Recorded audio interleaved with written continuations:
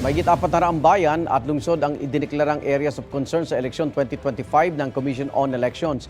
38 sa mga yan nasa red category o yung mga pinakaseryoso ng banta ng seguridad. Yan ay mga bayan ng Jones at Makunakon sa Isabela, Baleno at Masbate City sa Masbate, Kalinog, Iloilo, Santa Margarita, Samar at 32 lugar sa Bangsamoro Autonomous Region in Muslim Mindanao. 177 naman ang nasa orange category o mga lugar na may seryosong banta ng mga armadong grupo. Halos 50 sa mga bayan na yan nasa Bicol Region. 22 sa BARMM, 17 sa Caraga. 188 naman ang nasa yellow category o yung may naitalang election-related incidents na nakalipas sa 2 eleksyon. O kaya may matinding away politika sa lugar. Pinakamarami ang yellow category sa area sa Northern Mindanao na may 22.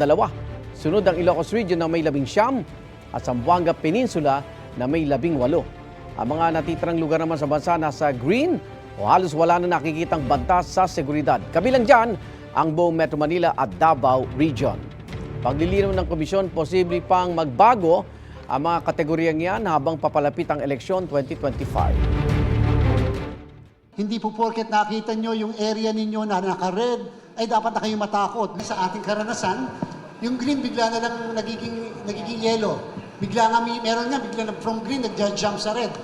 Minsan naman yung naka-red, pagka malapit ang halalan o during the campaign period, yung red biglang nagiging green. So again, magandang indication to na sobrang taas ng green natin at napakababa nung red category. Igan, mauna ka sa mga balita, mag-subscribe na sa GMA Integrated News sa YouTube para sa iba't ibang ulat sa ating bansa.